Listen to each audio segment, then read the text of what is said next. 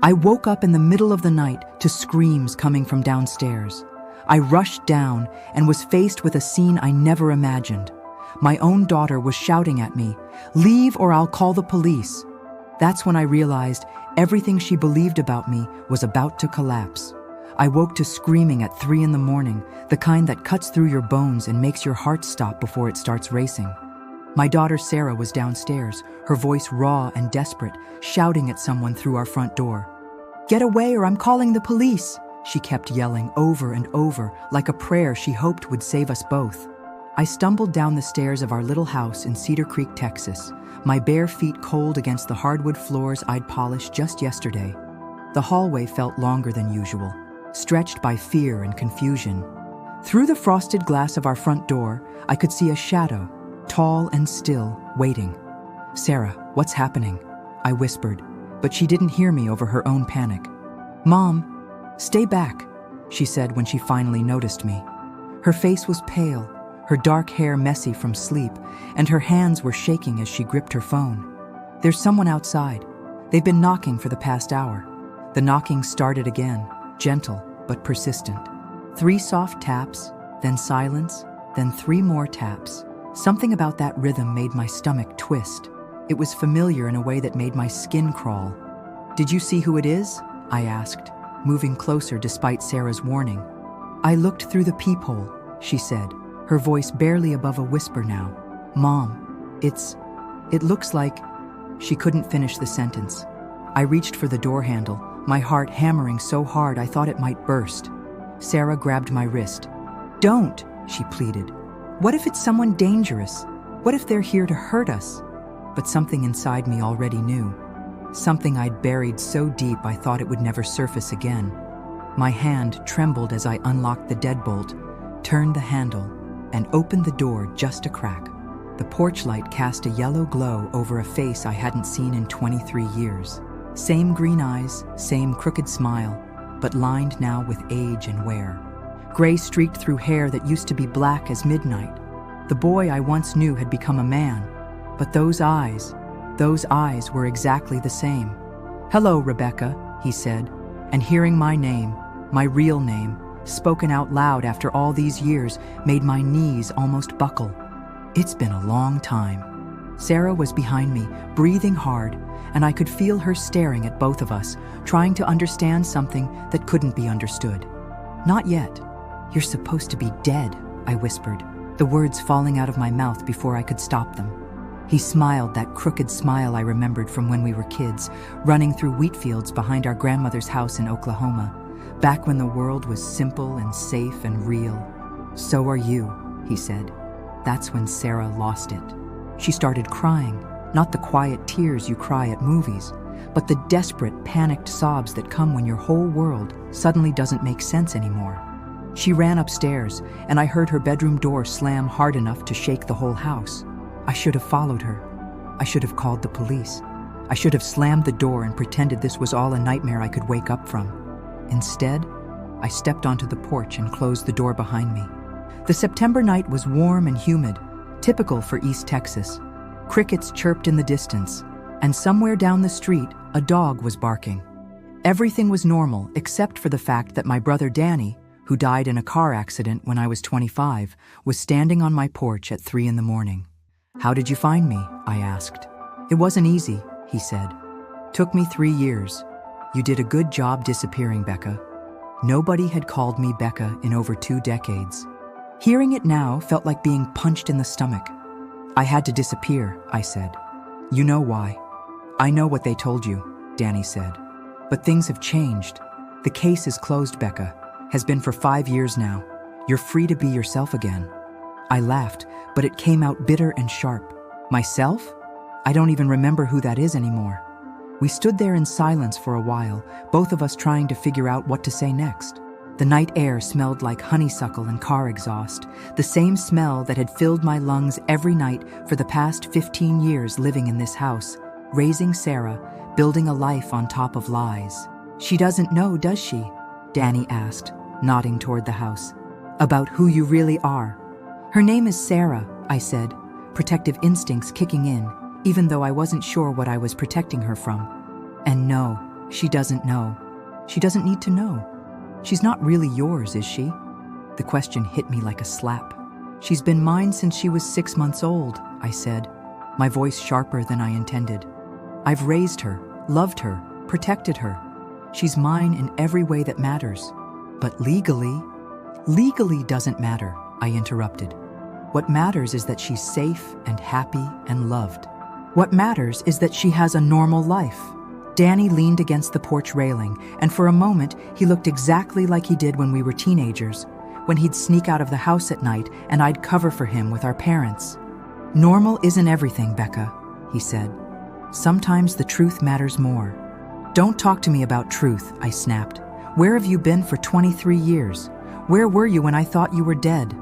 Where were you when I was scared and alone and had to start over with nothing but a fake name and a baby who wasn't mine? I was looking for you, he said quietly. Every single day for 23 years, I was looking for you. That stopped me cold.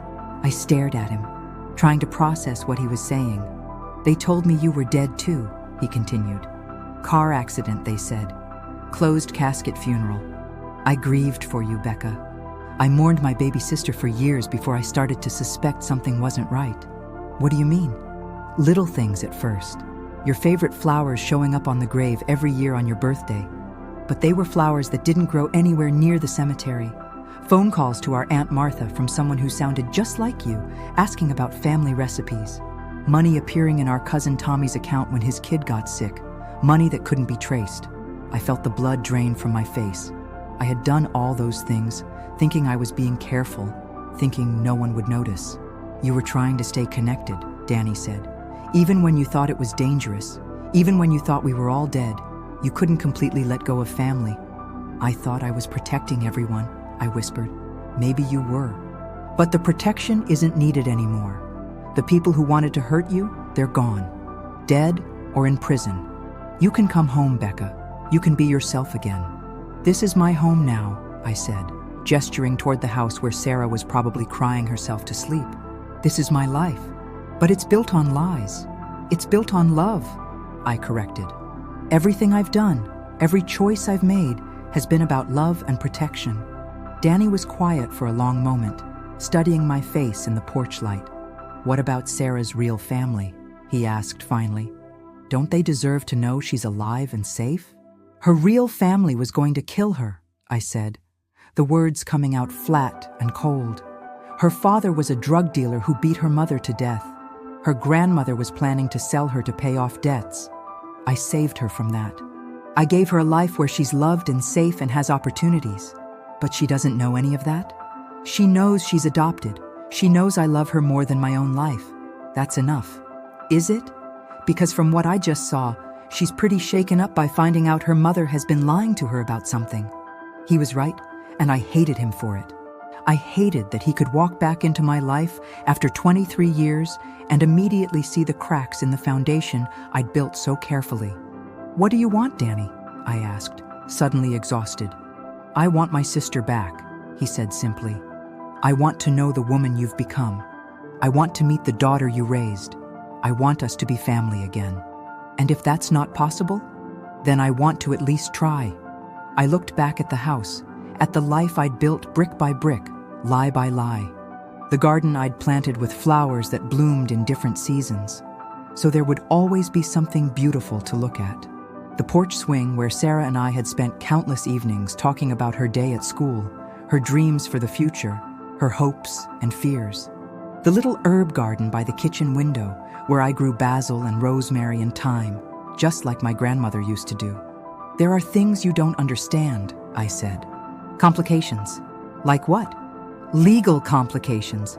If my real identity comes out, if people find out Sarah isn't legally adopted, if the government decides I violated the terms of my witness protection, we'll figure it out, Danny said.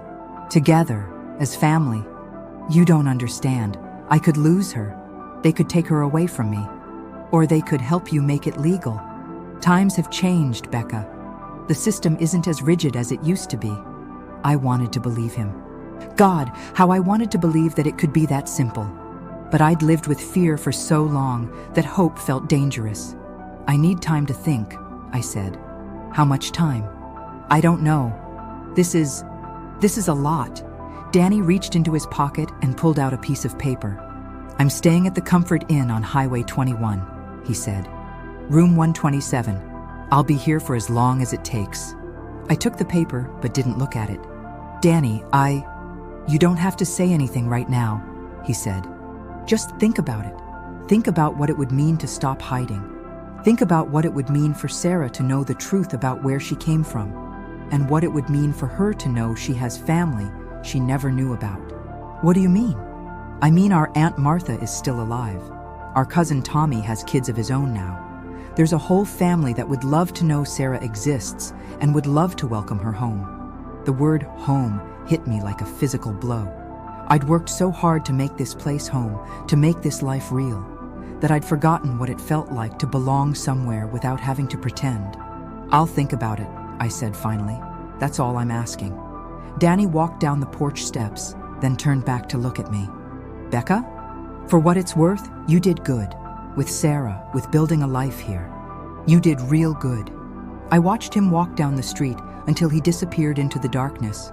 Then I went back inside and locked the door behind me. The house felt different now. Smaller somehow. Like the walls that had protected us for so long were suddenly made of paper. I climbed the stairs slowly, my feet heavy with the weight of everything that had just changed. Sarah's door was closed, but I could see light underneath it. She was still awake, probably staring at the ceiling, trying to make sense of what had just happened. I knocked softly. Sarah, can we talk? Go away, came her muffled voice. I don't want to talk to you right now. Honey, I know you're confused. Confused? The door flew open, and Sarah stood there with tears streaming down her face. Mom, who was that man? Why did he call you Rebecca? Why did you say he was supposed to be dead? I opened my mouth to lie, to give her some explanation that would smooth everything over and let us go back to the way things were. But looking at her face, seeing the hurt and betrayal in her eyes, I realized that the way things were might not be enough anymore. I need answers, Sarah said, her voice steady now, but her eyes still red from crying. Real answers, not more lies. I stood in her doorway, feeling like a stranger in my own house. The hallway that I'd walked down thousands of times suddenly felt foreign, like I was seeing it through someone else's eyes. The family photos lining the walls seemed to mock me now.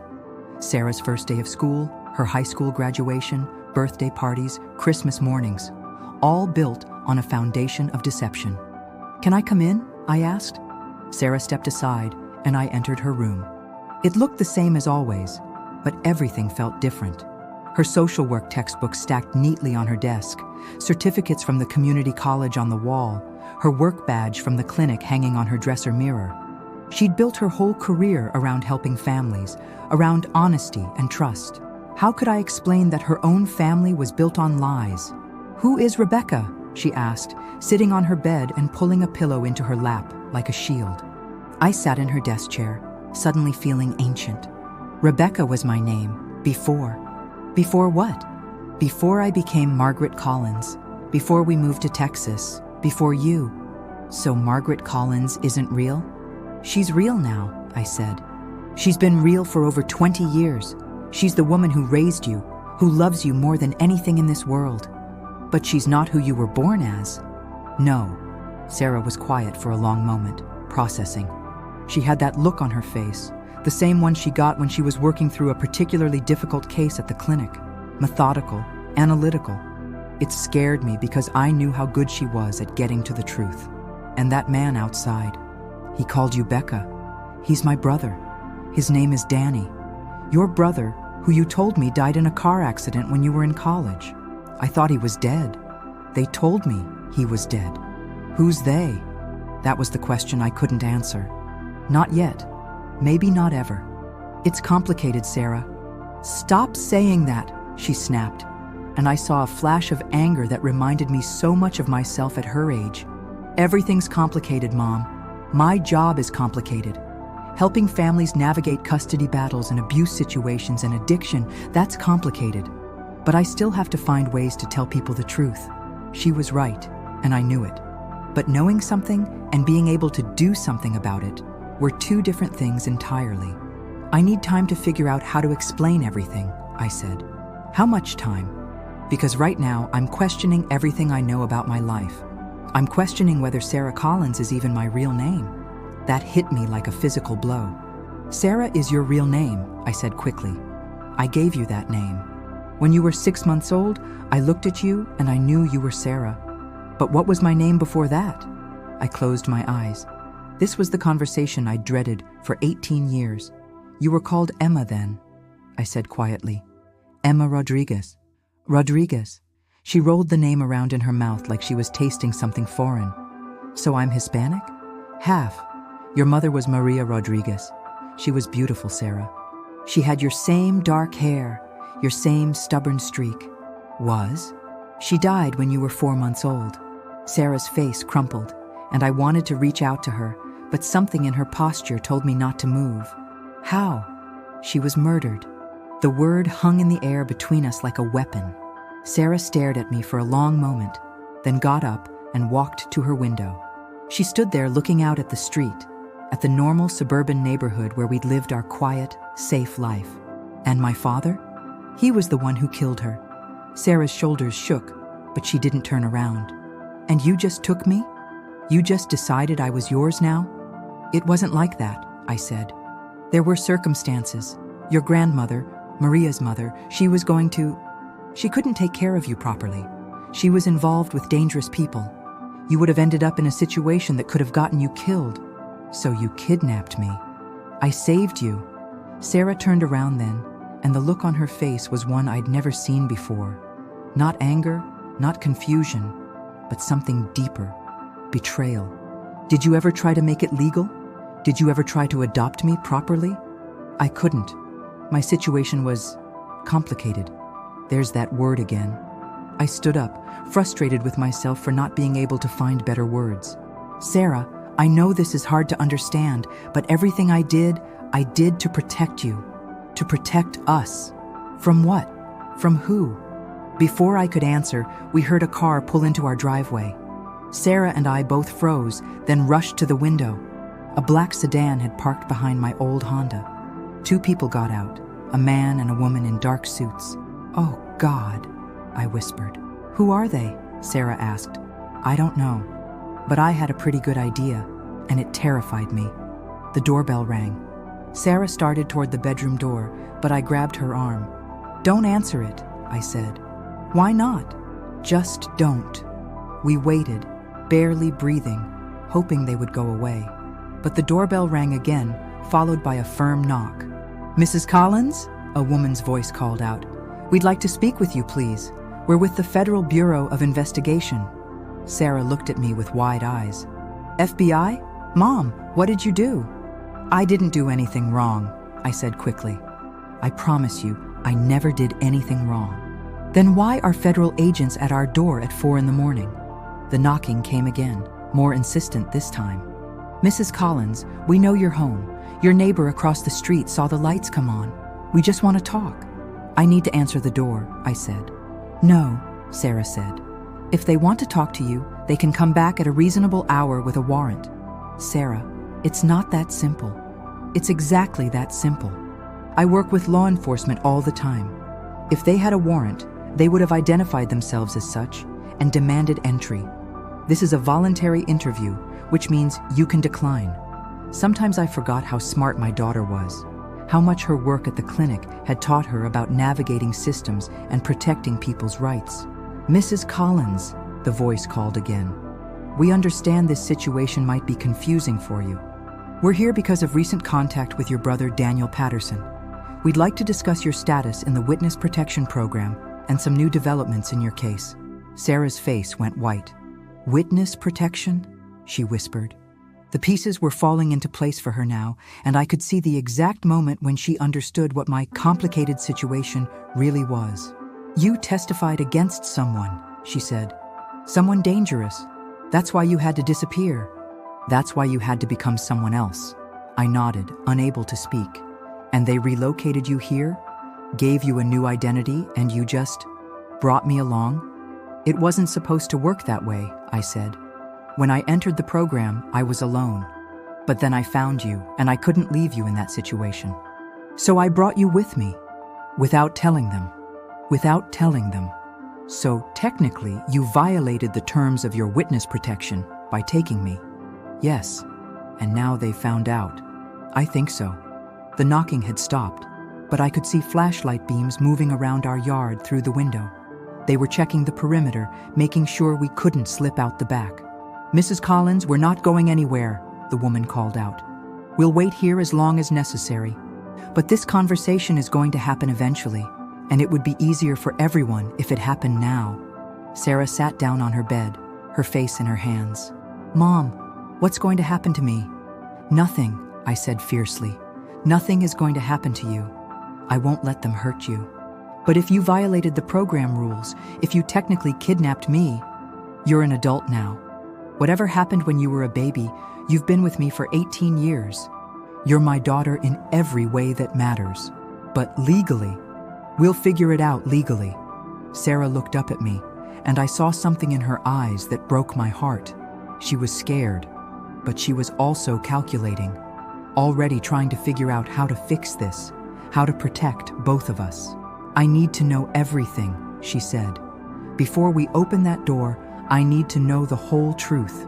What you testified about, why you were in danger, what you thought happened to your family. Everything. So I told her. About witnessing a murder when I was 25. About seeing my boss at the accounting firm where I worked shoot a man in cold blood over a money laundering scheme. About how that boss had connections to organized crime. How he'd threatened to kill me and my entire family if I testified. About how the FBI convinced me that entering witness protection was the only way to stay alive. About how they told me my family had been killed in retaliation for my cooperation, even though I hadn't testified yet. About how I lived for months believing that everyone I'd ever loved was dead because of me. About how I was relocated to Dallas first, then to Austin, then finally to Cedar Creek. About how I was working at a women's shelter in Austin when Maria Rodriguez showed up, beaten and scared, with a 4-month-old baby. About how Maria was killed 2 days later by her boyfriend, and how her mother showed up to collect Sarah, but made it clear she was only interested in the baby as collateral for drug debts. About how I made a split-second decision to take Sarah and run, because I couldn't stand to see another innocent person destroyed by violence and greed. I know it was wrong, I said when I finished. I know I should have gone through proper channels, should have reported it to authorities. But I just spent months believing that cooperation with authorities had gotten my entire family killed. I didn't trust the system to protect her. Sarah was quiet for a long time after I finished talking. Outside, the FBI agents had settled in to wait. I could see the glow of cigarettes on our front lawn. The man tonight, Sarah said finally. Your brother. If he's alive, maybe the rest of your family is alive too. Maybe. Maybe they lied to you about your family being killed to make you more compliant, more willing to disappear completely. That possibility had been eating at me since Danny showed up. The idea that I'd spent 23 years grieving people who were alive, people who thought I was dead too. There's only one way to find out, Sarah said, standing up and walking toward the bedroom door. Sarah, wait. Mom, hiding isn't working anymore. They found you anyway. And if there's a chance your family is alive, if there's a chance this whole thing was based on lies, then we need to know. She was right, but that didn't make it less terrifying. What if they arrest me? I asked. What if they separate us? Then we'll deal with it. But together, as family. Sarah opened the bedroom door and started down the stairs. I followed her, my heart pounding so hard I thought it might explode. She unlocked the front door and pulled it open. 2 agents stood on our porch, a middle-aged woman with graying hair and a younger man who looked like he'd rather be anywhere else. Mrs. Collins, the woman said, I'm Agent Martinez. This is Agent Thompson. Thank you for agreeing to speak with us. We didn't agree to anything, Sarah said before I could respond. But we're here. Agent Martinez smiled slightly. You must be Sarah. We'd like to talk to you too, actually. About what? About your legal status. About making sure you're protected going forward. Protected from what? From prosecution for your mother's choices 18 years ago. The words hit me like a slap. They weren't just here about the witness protection violation. They were here about Sarah. She was a baby, I said quickly. She had no choice in any of this. We understand that, Agent Martinez said. But there are still legal issues that need to be resolved. The good news is that we think we can resolve them in a way that works for everyone. What do you mean? Sarah asked. Can we come in? This conversation might take a while, and your neighbors are starting to wake up. I looked at Sarah and she nodded. We stepped aside and let them into our living room. The same living room where Sarah and I had watched movies together, where she'd done homework at the coffee table, where we'd opened Christmas presents for 18 years. Everything was about to change again, and I had no idea if we'd survive it this time. Agent Martinez sat on the edge of our couch like she'd done this 1,000 times before, which she probably had. Agent Thompson remained standing by the door, his hand resting casually near his jacket. Sarah and I sat across from them, and I couldn't help but notice how my daughter positioned herself slightly in front of me, protective, even when she was still processing everything I'd just told her. First, let me be clear about something, Agent Martinez said. You're not under arrest, Mrs. Collins, neither of you. We're here to help resolve a situation that's been complicated for far too long. Complicated, Sarah repeated, shooting me a look. Seems to be the word of the night. Agent Martinez smiled at that. Your daughter has a point. Let me try to be more direct. Mrs. Collins, your original case file has been reviewed extensively over the past 5 years. There were significant irregularities in how your situation was handled. What kind of irregularities? I asked, though part of me already suspected. The threats against your family, for one. Our investigation suggests they were greatly exaggerated, possibly fabricated entirely. The words hit me like a physical blow.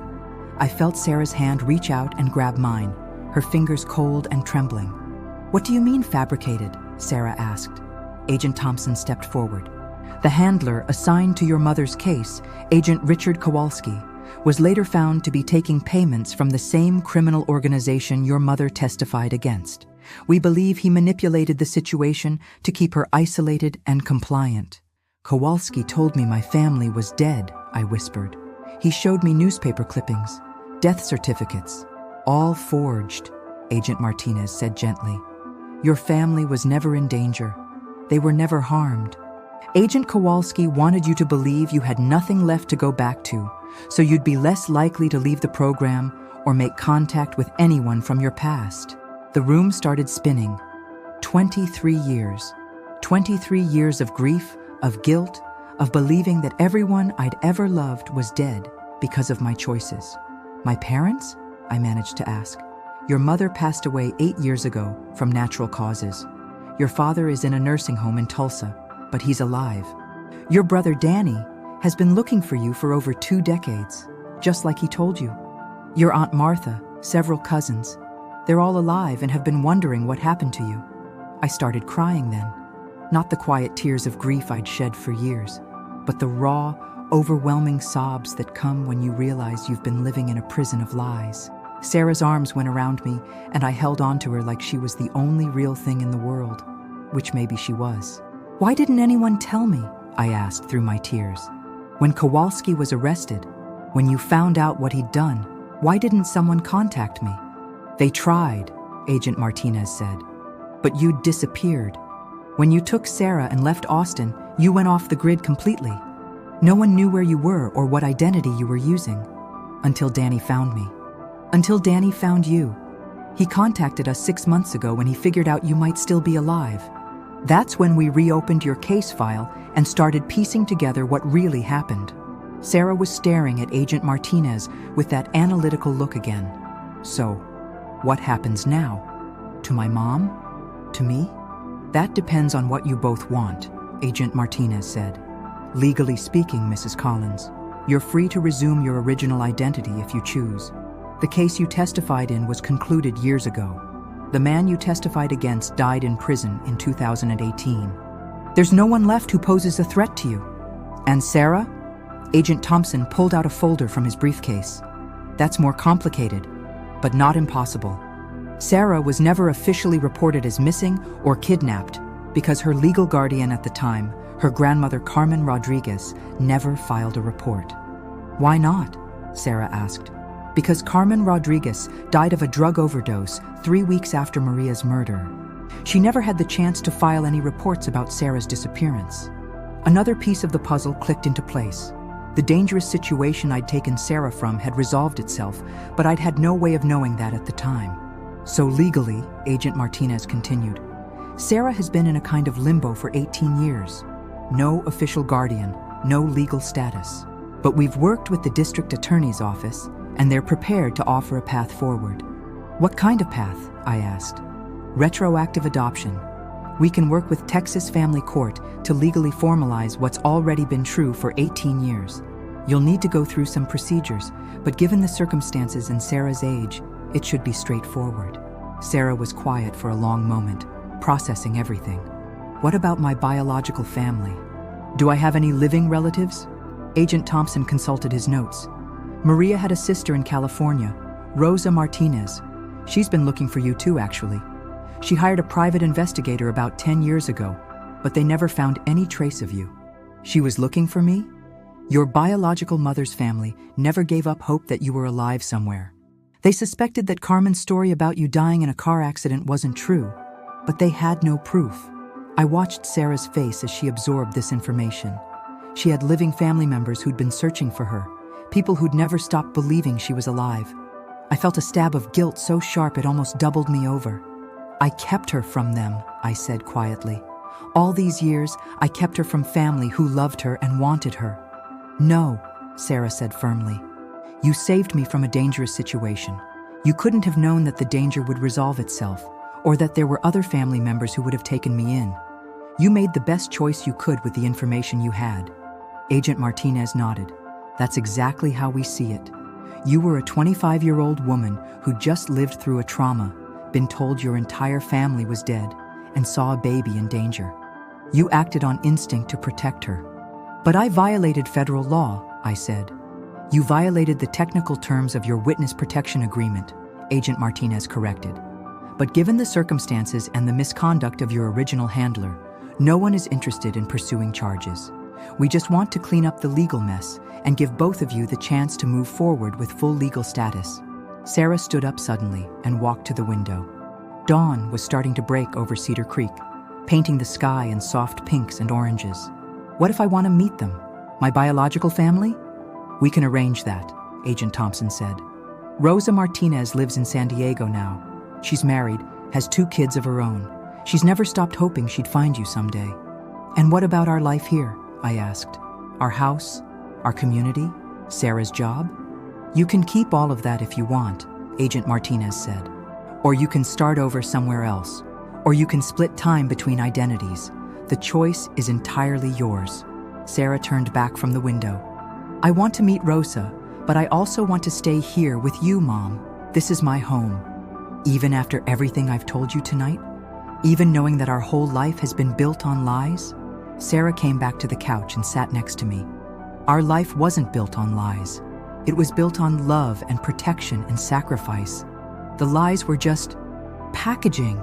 I laughed despite everything, a sound that came out half sob. Packaging.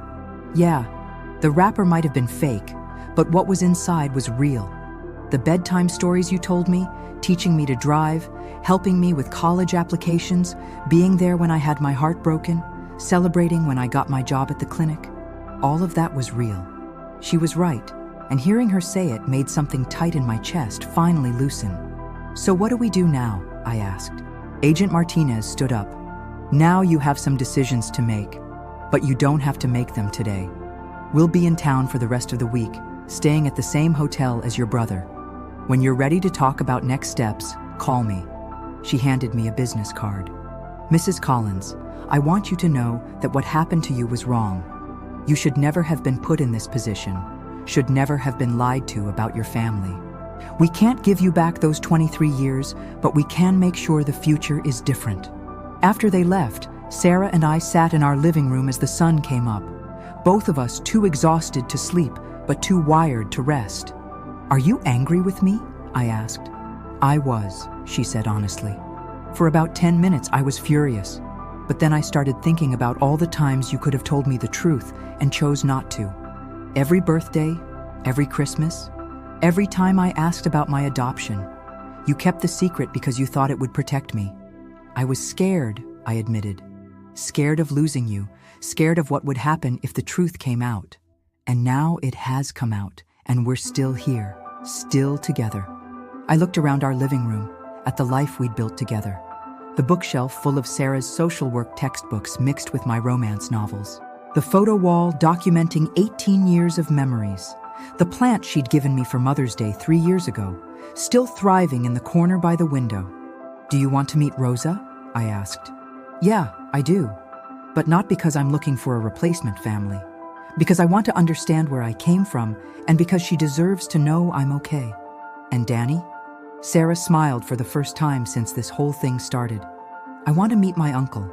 I want to hear stories about you as a kid. I want to know about this family I never knew I had. What if they don't like the person I've become?" "Then they're idiots," Sarah said simply. "Because the person you've become is pretty amazing." I hugged her then, holding my daughter close and marveling at how she'd grown into someone so much wiser and braver than I'd ever been. "There's something else," I said after a while. "What?" "Your name. You said you wanted to know if Sarah Collins was your real name, and you said Sarah was the name you gave me." "It was, but there's more to it than that." Sarah pulled back to look at me. "More how?" "Sarah was your great-grandmother's name. My grandmother's name. She died when I was 12, but she was the strongest, kindest woman I ever knew. When I looked at you as a baby, you reminded me of her somehow. So I gave you her name. So even when I was Emma Rodriguez, you were already connecting me to your family." "I guess I was, without even realizing it." Sarah was quiet for a moment. "I think I'd like to keep both names," she said finally. "Sarah Emma Collins Rodriguez. It's long, but it tells the whole story. The whole complicated story. The whole beautifully complicated story," she corrected. We spent the next hour making plans. We'd call Danny later that morning and invite him over for breakfast. We'd contact Agent Martinez about arranging a meeting with Rosa. We'd start the legal process to formalize my adoption of Sarah. And maybe, eventually, I'd make contact with the rest of my family. My father in the nursing home, my Aunt Martha, my cousins, all the people I'd mourned for 23 years who were actually living their lives, wondering whatever happened to Rebecca Patterson. As the sun rose fully over Cedar Creek, Texas, I realized that for the first time in over 2 decades, I wasn't afraid anymore. The truth was out, the secrets were exposed, and somehow, impossibly, we were all still here, still together, still family. Sarah fell asleep on the couch around 7, curled up with her head in my lap like she used to do when she was little. I sat there stroking her hair, watching the neighborhood wake up around us. Mrs. Henderson from next door walked out to get her newspaper. The Johnson family loaded their kids into their minivan for school. Everything looked the same as it always had, but everything was different now. We were different now. And for the first time in 23 years, I was finally ready to stop hiding and start living.